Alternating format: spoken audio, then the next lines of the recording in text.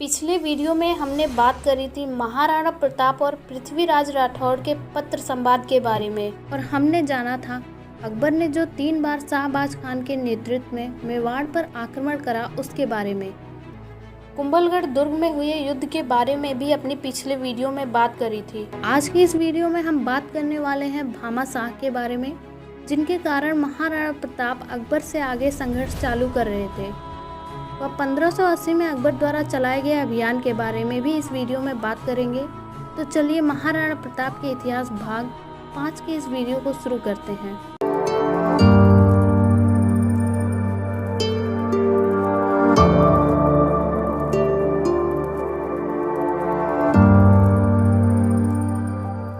सबसे पहले भामा शाह के बारे में बात करते हैं, क्योंकि भामा शाह के बिना मेवाड़ के महाराणा प्रताप का इतिहास पूर्ण रूप से अधूरा है। भामा शाह का जन्म 29 अप्रैल 1547 को मेवाड़ में एक ओसवाल जैन परिवार में हुआ। उनके पिता का नाम भारमल था, जिन्हें महाराणा सांगा ने रणथंभौर का किलेदार नियुक्त करा था। भामा शाह बचपन से ही कुंवर प्रताप के अच्छे मित्र थे। महाराणा प्रताप के विश्वास पात्र सलाहकार व भामा शाह मेवाड़ के एक प्रसिद्ध नगर सेठ थे। अपरिग्रह को जीवन का मूल मंत्र मानकर संग्रहण की प्रवृत्ति से दूर रहने की चेतना जगाने में भामा शाह सदैव अग्रणी थे। वह मातृभूमि के सच्चे सपूत थे। दानवीरता के लिए भामा शाह का नाम इतिहास में आज भी अमर है।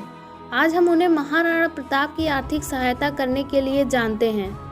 महाराणा प्रताप जब जंगलों में जीवन व्यतीत करने के लिए विवश थे, एक समय ऐसा भी आया जब वह एक बड़ी सेना नहीं रख सकते थे और ऐसी स्थिति भी आ गई थी कि अब वह अकबर से संघर्ष भी नहीं कर पाएंगे।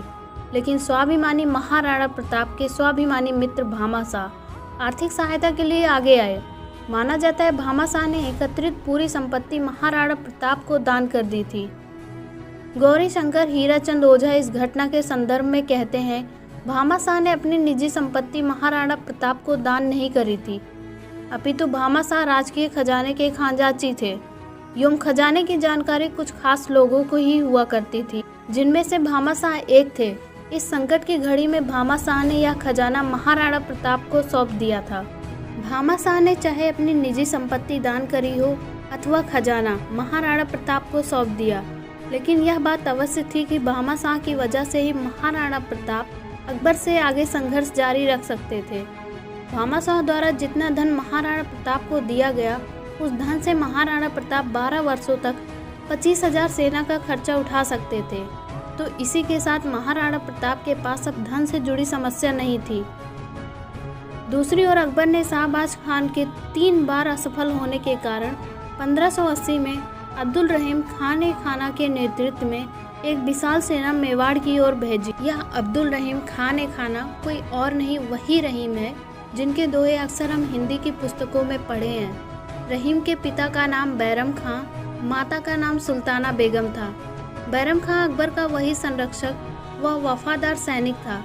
बैरम खां ने ही पानीपत के युद्ध में अकबर की सेना का नेतृत्व करा, क्योंकि अकबर इस समय तक 14 वर्ष का बालक था।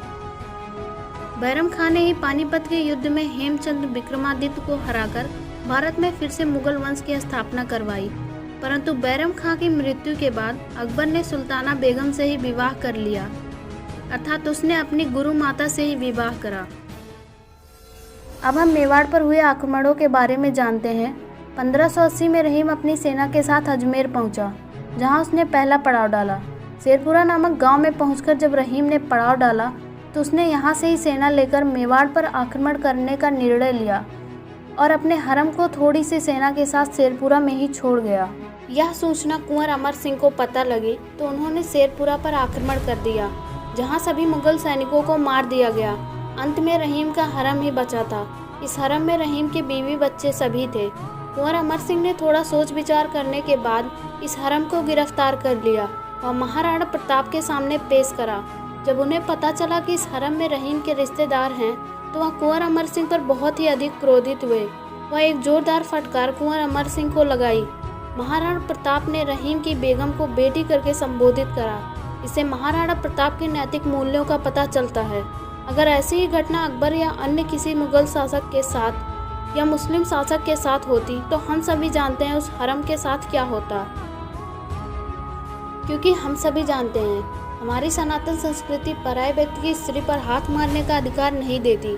यही बातें कुंवर अमर सिंह को उस वक्त महाराणा प्रताप समझाए व महाराणा प्रताप ने कुंवर अमर सिंह को आदेश दिया कि वह इस हरम को रहीम के पास सुरक्षित लौटा दिया जाए। कुंवर अमर सिंह ने रहीम के उस परिवार को ससम्मान वापस लौटा दिया। रहीम कुछ समय तक मेवाड़ में रहा। वह छोटे छोटे गांवों को लूटा था, परंतु किसी भी तरह की बड़ी लड़ाई नहीं कर सका। महाराणा प्रताप को पकड़ना तो दूर की बात थी। ऐसे ही कुछ समय बाद रहीम भी सेना सहित वापस लौट गया।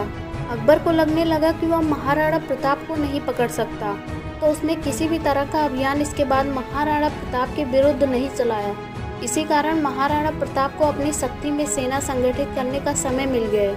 महाराणा प्रताप के 2 वर्ष बाद ही रक्षात्मक की जगह प्रतीकात्मक रूप से अकबर को जवाब देना शुरू कर दिया। सबसे पहले धावा महाराणा प्रताप ने दिवेर थाने पर बोला, जिसके बारे में हम अगली वीडियो में जानेंगे, क्योंकि यह युद्ध सबसे महत्वपूर्ण युद्ध था, या कहें हल्दी घाटी युद्ध से अहम युद्ध था।